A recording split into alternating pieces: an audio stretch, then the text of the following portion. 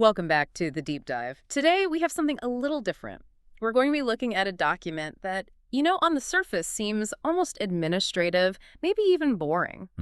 It's the kind of thing you usually just scroll right past. Exactly. But we're going to argue that this document is actually a key, a map to understanding a massive, invisible infrastructure that powers how we access knowledge today.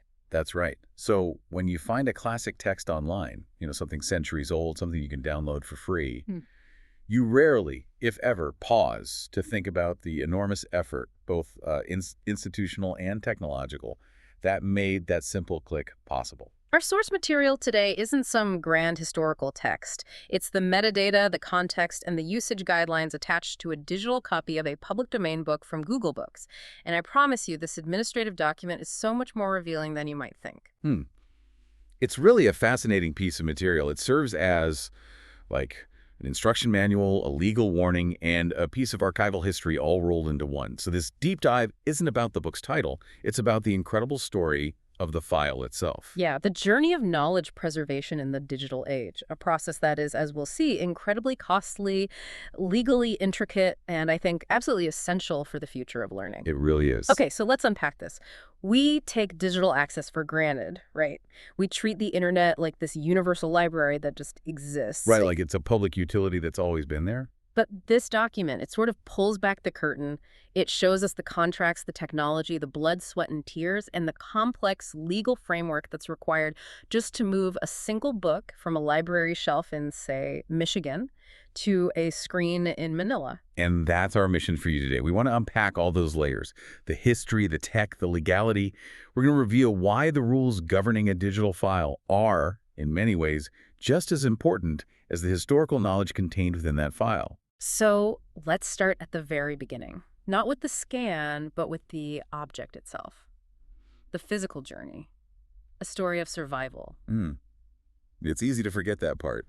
When you're dealing with a public domain book, you're dealing with an artifact that had to be incredibly lucky, just to exist long enough to escape its copyright term in the first place. That survival, it's not an accident. It's a testament to, really, a persistent institutional commitment. Our source notes that this particular volume survived for generations on library shelves. And think about what that really means. Generations. It's not just sitting there. A library shelf is an active battlefield against decay. A battlefield, that's a good way to put it. I mean, what are the enemies here? What did this book have to survive? Well, the first enemy is the book itself, the paper it's printed on. Most books from the mid-19th century onward use this acidic wood pulp paper. And that paper is basically designed to disintegrate over time. It yellows, it gets brittle, and eventually, if you don't care for it, it just turns into dust. So librarians and archivists have been fighting this quiet, century-long war against acid decay. So you've got this inherent vulnerability, and then you have everything else, right? The environment. Oh, absolutely. The book had to survive fluctuations in climate control, too much humidity, and you get mold, which literally eats the paper. Yeah. Too dry, and the pages just shatter when you try to turn them. Not to mention just people, carelessness, spills, bookworms, actual bookworms, the insects. Exactly. And this simple wear and tear of being a popular, valuable object that people wanted to read. It had to be significant enough or part of a robust enough collection to warrant constant preservation, to survive countless decisions about weeding out old books, about storage space, about conservation funding. It's really an almost heroic narrative, isn't it? A story of quiet dedication by countless librarians and archivists, people whose names we'll never know. It is. It's a romantic notion, in a way.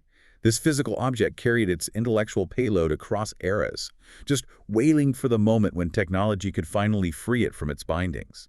That long journey of survival gives the content itself this immense weight. It's not just information. It's knowledge that really earned its right to be here. And that successful physical survival leads us right into the second, and just as crucial phase, the digitization process. This is where the mission shifts from physical endurance to universal digital accessibility. And the source material is very clear about the enormous scope of this effort. It says the book was carefully scanned by Google as part of a project to make the world's books discoverable online. Now that phrase, carefully scanned, I have a feeling that's doing a lot of heavy lifting. It's the understatement of the century. It hides these incredible layers of technological sophistication. This isn't just, someone pointing their phone at a page and taking a picture. This involves highly specialized, often custom-built scanning equipment. Machines designed specifically to handle fragile, bound volumes without ever applying pressure that could crack the spine or damage the paper. So we're talking about archival-grade technology. What does that look like in practice? You're looking at things like planetary scanners with V-shaped cradles that support the book at a safe angle, high-resolution cameras, specialized cold lighting protocols to prevent heat damage to the paper and ink, and sometimes even robotic or semi-robotic page-turning mechanisms that operate with just unbelievable precision. Wow. So the process is slow, it's expensive, and it requires these highly trained operators who really understand the fragility of the artifact they're dealing with. Exactly.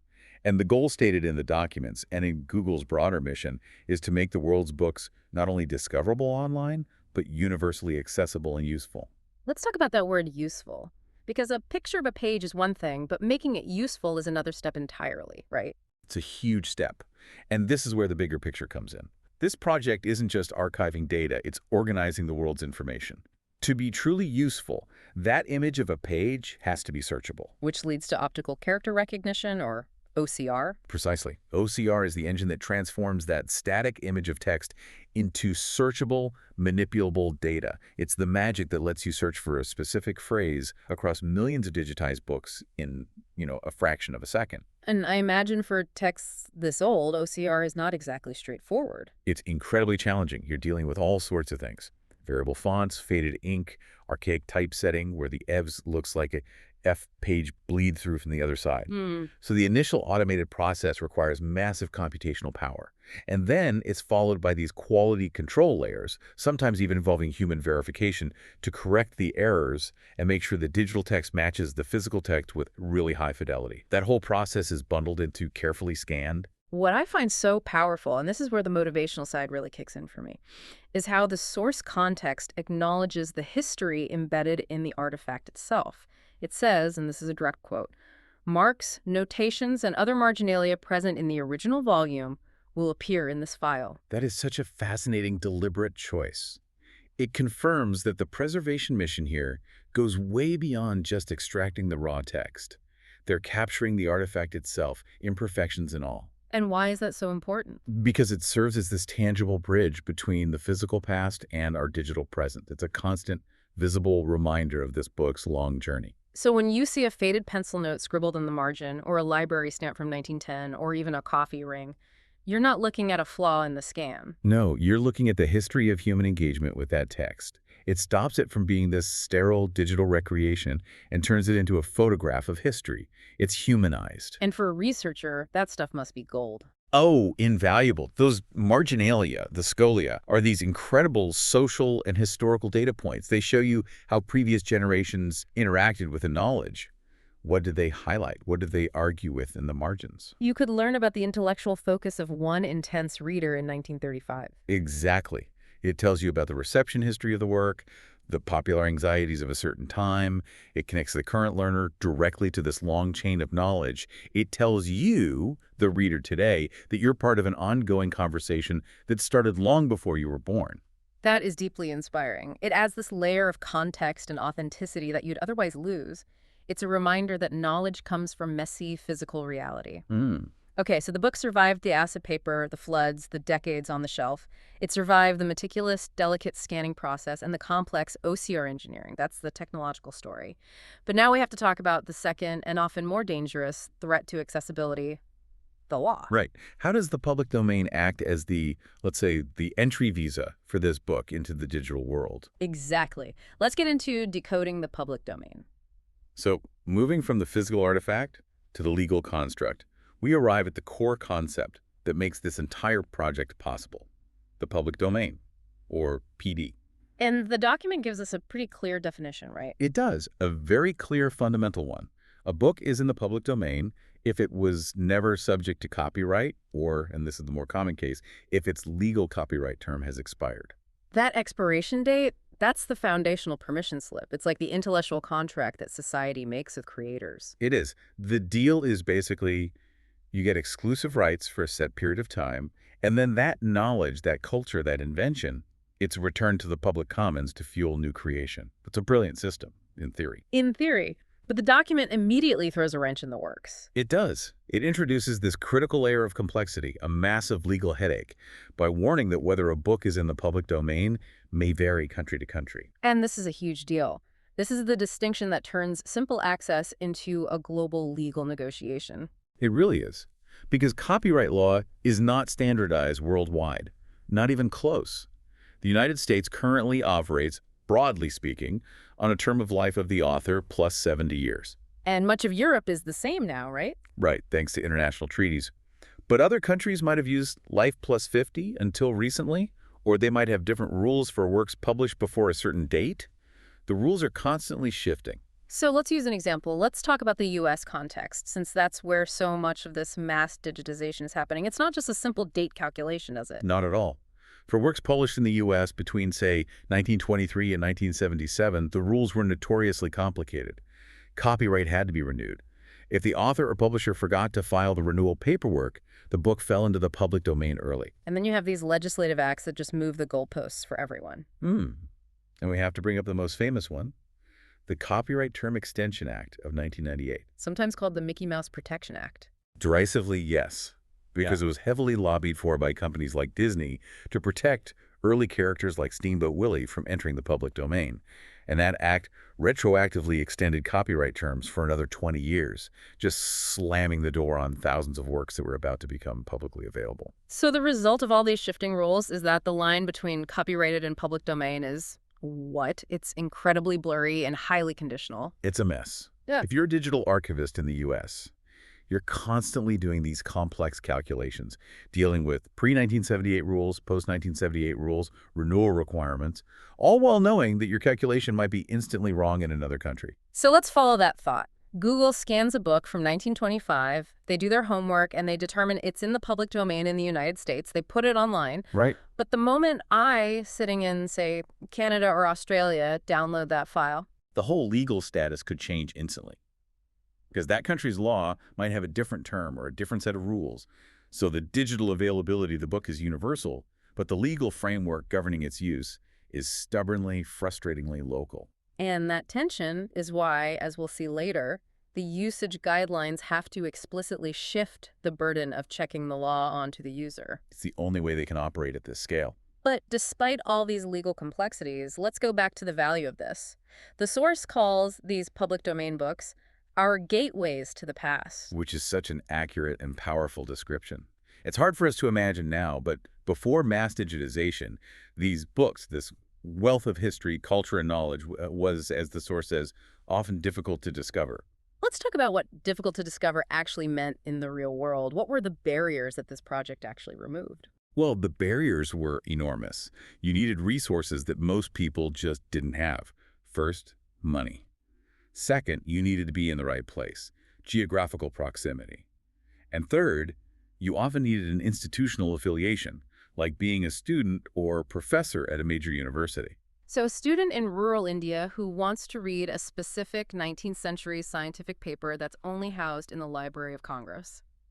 They're facing a basically insurmountable obstacle. They would have needed to travel, get special access, maybe pay exorbitant reproduction fees for photocopies, or wait weeks and weeks for an interlibrary loan if the book was even loanable and not too fragile.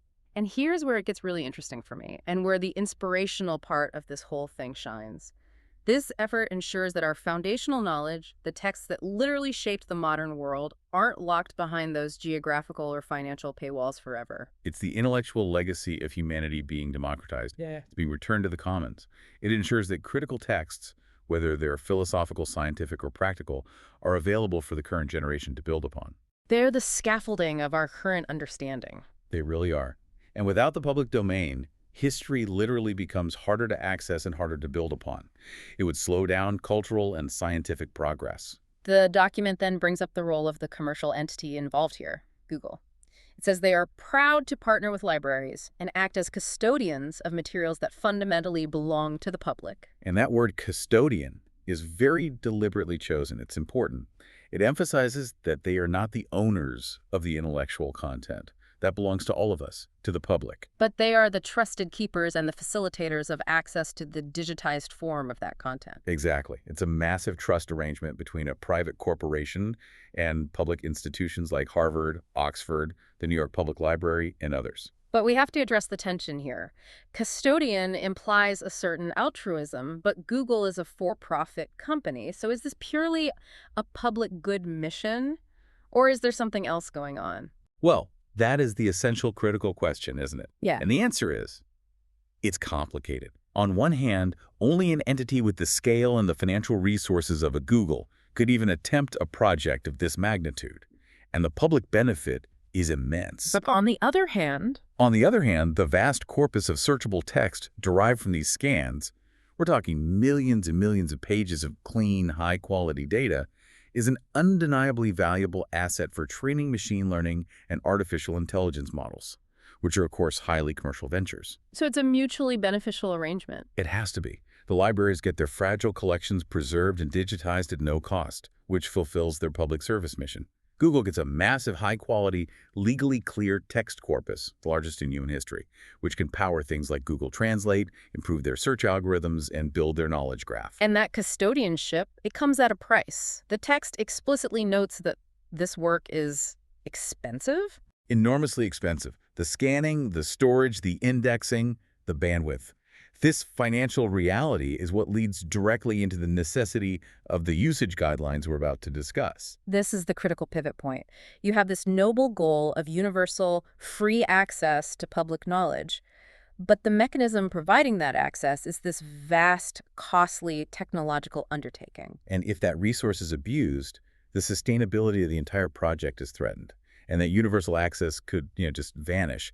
This is why they need enforceable rules. Okay, so let's get into those rules, the 4 pillars of the usage guidelines. Right, so these guidelines, you should think of them as a proactive defense mechanism. The source says they're designed to prevent abuse by commercial parties and to ensure the resource remains available for individuals. So they're not there to restrict knowledge. They're there to protect the investment that makes the knowledge accessible. Perfectly put. They are the rules of engagement for anyone, for you, accessing this digital public domain file. Let's break down the first one. Guideline 1 is non-commercial use. The first rule sets the fundamental boundary. It says, we designed Google Book Search for use by individuals, and we request that you use these files for personal, non-commercial purposes. This distinction is so important and often misunderstood. The underlying content, the actual words written by the author 100 years ago, that is in the public domain. It's free for anyone to use, even commercially. But the specific digital file that you downloaded, the high-resolution scan with the corrected OCR text, that is a product of Google's expensive labor and technology. And that's the fascinating boundary they're setting. They're drawing a line between the individual learner, who is the intended beneficiary, and the commercial entity who wants to take that valuable digitized file and just repackage it for profit without contributing anything back to the preservation effort. Give me an example of that kind of exploitation. Okay, imagine someone downloads the high-resolution OCR-corrected Google scan of, say, The Science of Getting Rich. Then they just print 10,000 copies, bind them, and sell them on Amazon for $10 a pop. So they're profiting not from their own intellectual labor. Exactly. They're not adding a new introduction or historical context. They're profiting directly from the high-quality, costly preservation work done by Google and its library partners. They're free riding on the system. And if that happens at a massive scale? It completely undermines the sustainability model. Why would Google keep investing billions of dollars into scanning and cataloging if the only beneficiaries are opportunistic commercial republishers who just scrape the data? The point of this rule is to protect the digitization effort itself. So it's a way of saying, look, the raw content is yours, do what you want with it. But this specific, high-quality, easily accessible digital delivery mechanism, which we paid for, that has to remain focused on the public good. Right. If you want to republish this PD work commercially, you need to do your own work. Go find a physical copy and scan it yourself, or type it out, or find an alternative source. It's about respecting the labor involved. It's a necessary restriction to keep the system running freely for its intended audience. You, the individual learner. Which brings us to the second guideline, which is much more technical. Right. Refraining from automated querying, the rule is very clear. Do not send automated queries of any sort to Google's system. This is pure resource protection. and it goes right back to the expense of the project. Automated queries, or scraping, are programs designed to just harvest massive amounts of data extremely quickly. So one person running a scraper. A single commercial operation running a scraper can generate the traffic equivalent of tens of thousands, maybe hundreds of thousands, of individual users in an hour. The immediate consequence is server overload.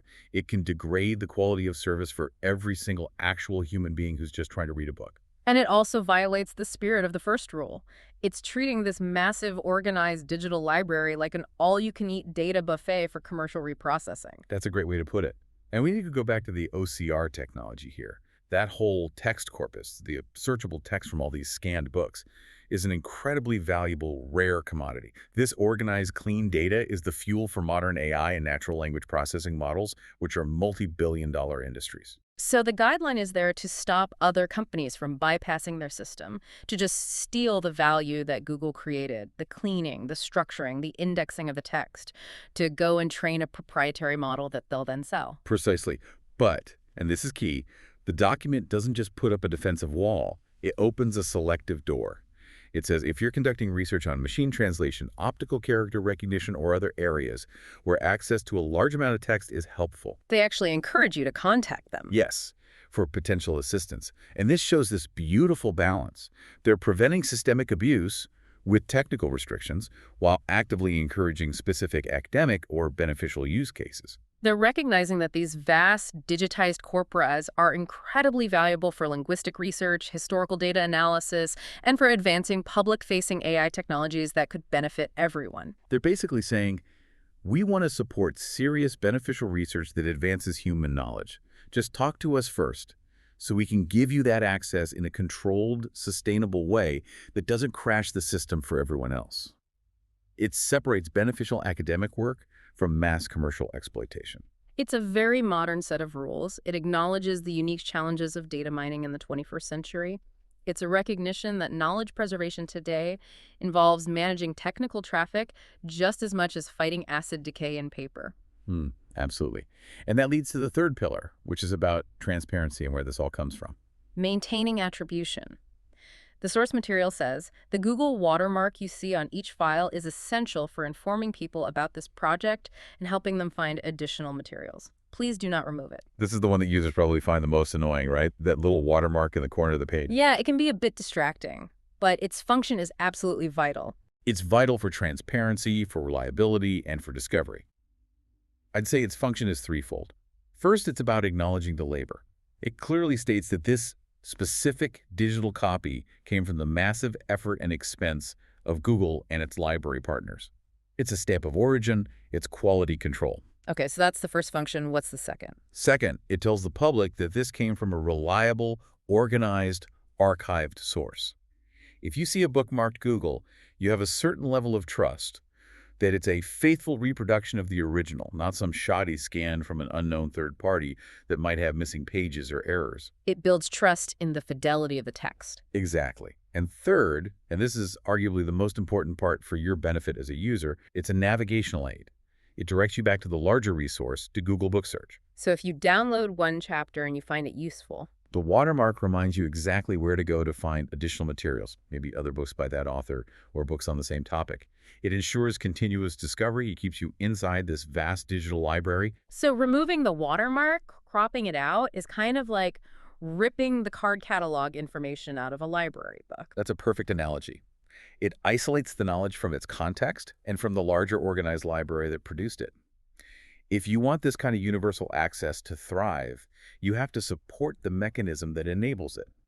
And attribution is a non-negotiable part of that mechanism. And that brings us to the fourth, and maybe the most sobering pillar of all. The one with the real teeth. Guideline 4. Keeping it legal. The rule is straightforward, profound, and a little bit scary. Whatever your use, remember that you are responsible for ensuring that what you are doing is legal. This is the ultimate disclaimer. This is the moment where all that complexity of international law we talked about earlier lands squarely on your desktop. Right. Google is saying, we believe this book is public domain in the US where we scanned it.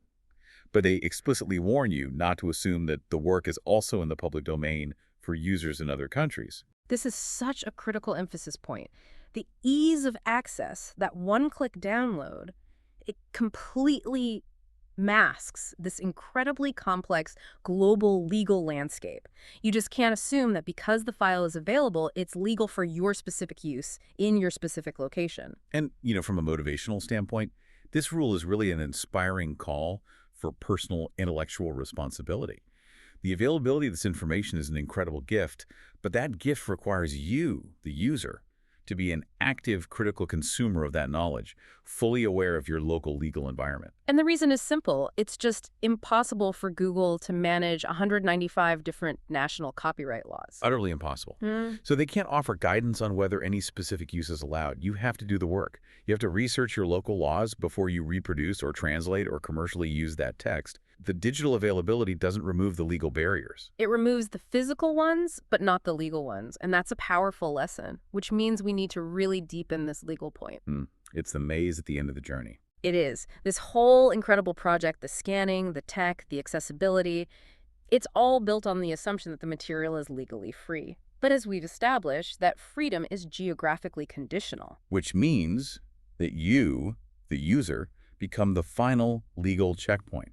If you download this U.S. public domain file in a jurisdiction that still considers the work copyrighted, and then you print it or share it or build upon it, You've broken the law, even if you did it unknowingly. even if you had the best of intentions. And this is where that critical thinking has to come in. These guidelines are a practical exercise in risk assessment.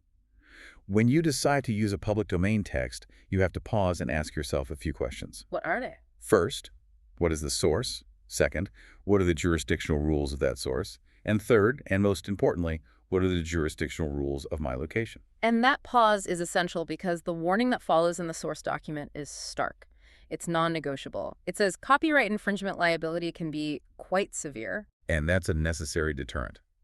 When information becomes this easy to copy and spread digitally, the penalties for misusing it often have to be severe to discourage mass infringement, especially by commercial entities who might try to exploit that international legal ambiguity for profit. So this warning, set against this wonderful mission of universal access, it creates this profound paradox. It does. The goal is open access for the public good, but the legal framework needed to protect the system means you have to approach that access with extreme caution and awareness. True accessibility isn't just about technical feasibility, it's about ethical and legal usage. And if you misuse the file, if you scrape it commercially or you distribute it where it's still copyrighted, you don't just risk liability for yourself, you threaten the entire infrastructure that made the file available in the first place. You do. Without that framework of protection, the system could collapse. The expense and effort put into these gateways to the past would be wasted. So these 4 pillars, they aren't just arbitrary rules, they are the guardrails built around a massive, multi-billion-dollar public good project. Designed to manage the 2 biggest threats to knowledge preservation in the digital age: commercial exploitation and legal complexity. Exactly. So let's tie all of these constraints back into the overall goal. Let's revisit the core mission. The source states it's, quote, to organize the world's information and to make it universally accessible and useful. And that mission is the why behind all the technical and legal hows we've been talking about. Every restriction, every disclaimer is ultimately intended to serve that overarching goal by ensuring the project's long-term viability. They're building a digital Noah's Ark, and these guidelines are the maintenance manual. And the source adds another layer. It says, Book Search helps readers discover the world's books while helping authors and publishers reach new audiences. This is a crucial point. It expands the project's relevance beyond just old public domain material. Our deep dive is focused on a PD file, but the infrastructure that serves it also serves copyrighted materials. How does that work? By indexing and making millions of books discoverable, they might link a user who's searching for a 1920s text to a related contemporary book that's still for sale. So they can actually drive sales for modern authors and publishers. So the system acts as this massive discovery engine, and it benefits the entire ecosystem. The reader, the library, the historian, and the contemporary publisher all get something out of it. Right. It's proof that a massive technological investment in knowledge preservation can serve both the past and the present at the same time. It's an inspirational story, really, of sustained commitment to the idea that knowledge should be shared, but always within a framework that guarantees the survival and the sustainability of the access mechanism itself. So after all of this, What does this all mean for the person just clicking download? I think it means that the systems built to provide you with that access are just as complex and just as important as the knowledge they contain. It means that the preservation of history is a continuous, costly, and legally nuanced undertaking that requires your active, responsible participation. Every time you access a public domain book digitally, you're benefiting from this huge multi-generational effort. It's a testament to physical endurance, to massive technological investment, and to incredibly complex legal negotiation. It really is a profound privilege, something that was completely impossible for the vast majority of human history. So to recap, we've covered the dual nature of digital preservation, the incredible cultural benefit access to these gateways to the past, and the necessary legal framework that's embodied in those usage guidelines. And we've seen that your role as a user is not passive. You're not just a consumer. You're a responsible, legally aware custodian of the resource itself. The ease with which we can get these resources today just obscures the sheer effort required to create them. We're talking millions of human hours, billions of dollars, all dedicated to this one goal. The story of that physical book surviving generations, being scanned by cutting-edge robotics, indexed by complex algorithms, and then having its digital copy guarded by these four pillars. It's just a powerful narrative about the enduring value of history. And that leaves us with one last question for you, the learner, to think about. A question that connects our access today with the potential for access tomorrow. Okay, what is it? Considering the enormous cost and effort involved in digitizing these archives, how does the public benefit change if the rules protecting these digital files are broken? That's the fundamental tension, isn't it? The balance between universal sharing and commercial sustainability. It's everything. If commercial parties can just scrape the data, remove the attribution, and flood the market with cheap, uncredited copies, they completely undermine the motivation and the ability of organizations to continue this expensive work. The custodianship falls apart, resources dry up. And the next generation of books that need scanning will just remain locked on the shelf, slowly turning to dust. Exactly. The lesson here is that knowledge is preserved not just by scanning it, but by respecting the rules that are built to sustain the access infrastructure itself. So every click on a public domain book is an affirmation of that principle. It's a vote for the continued responsible organization of the world's information. A truly deep dive into metadata. Thanks for joining us. Thank you. Keep learning and keep diving deep.